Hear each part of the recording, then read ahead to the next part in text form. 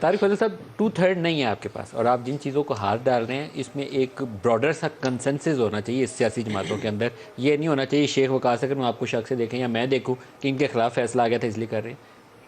چاہیے یہ چیزیں ہمیں، لیکن ایٹ لیسٹ کنسنسس مجھے نہیں لگتا کہ آپ کے پاس ہے. تعداد بھی نہیں ہے. بسم اللہ الرحمن الرحیم.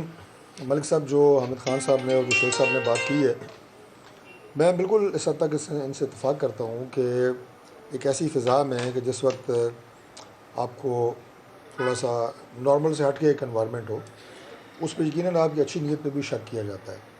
اور یہ جن ریفارمز کی بات ہو رہی ہے، آپ یہ دیکھیں کہ ہمارے دو بہت آنریبل ماہر قانون بیٹھے ہوئے ہیں، ماہرین، دونوں نے اس بات پہ اتفاق کیا ہے کہ ان چیزوں کی ضرورت ہے.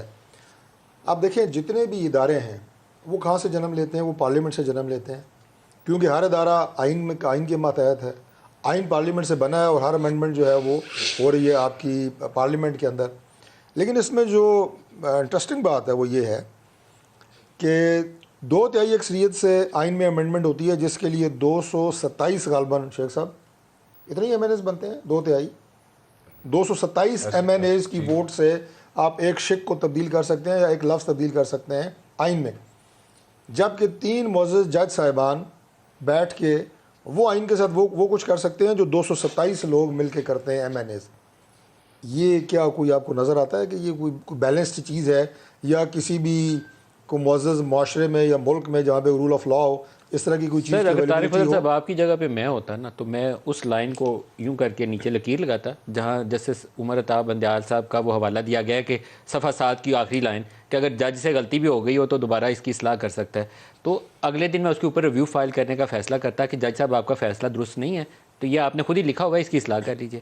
میں ان کو گالیاں نہ نکالتا ایٹ لیسٹ. نہیں گالیاں بالکل بھی نہیں دینی چاہیے، نہ اس کی کوئی سپورٹ کر رہا ہے، نہ دینی چاہیے.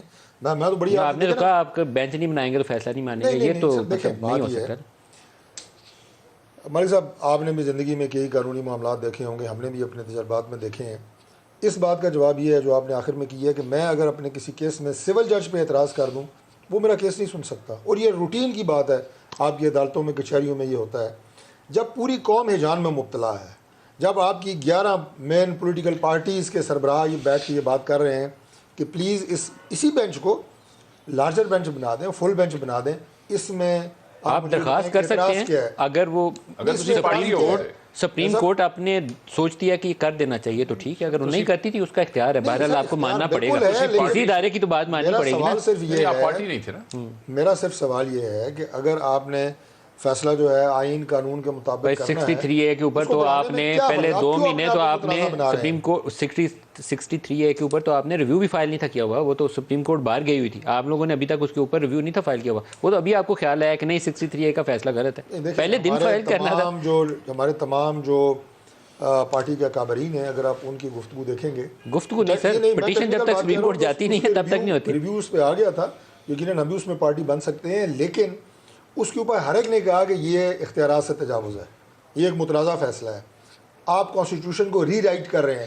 ہر بندے نے یہ کہا کہ یہ کانسٹیٹیوشن کو 3-2 کا فیصلہ تھا سپریم کورٹ کے، 2 ججوں نے لکھا کہ یہ it amounts to rewriting of the constitution. 3 نے جو تھا وہ کہا کہ ووٹ کاؤنٹ نہیں ہوگا. آپ کی جماعت کو چاہیے تھا اگلے دن فریق بن کے ریویو فائل کریں. یہ تو الگ بات ہے نا، فریق بنے نہیں بنے، لیکن صرف آپ مجھے یہ بتائیں کہ کیا جو اگر نہیں لکھا ہوا آئین میں تو کیا 3 جج یہ کہہ سکتے ہیں کہ جناب اس کو ووٹ کاؤنٹ؟ میں اس کو فیصلے کو غلط جانتا ہوں، میرا نہیں خیال ہے کہ وہ فیصلہ درست ہے، لیکن میں تو کہہ رہا ہوں کہ میں آپ کی جگہ ہوتا تو میں تو ریویو فائل کرتا. آپ 2 مہینے کچھ کیا نہیں، اب آپ کو ریویو کا خیال ہے. چاہے وہ سول جج کا ہو، ہائی کورٹ کے جج کا ہو یا سپریم کورٹ کے جج کا ہو،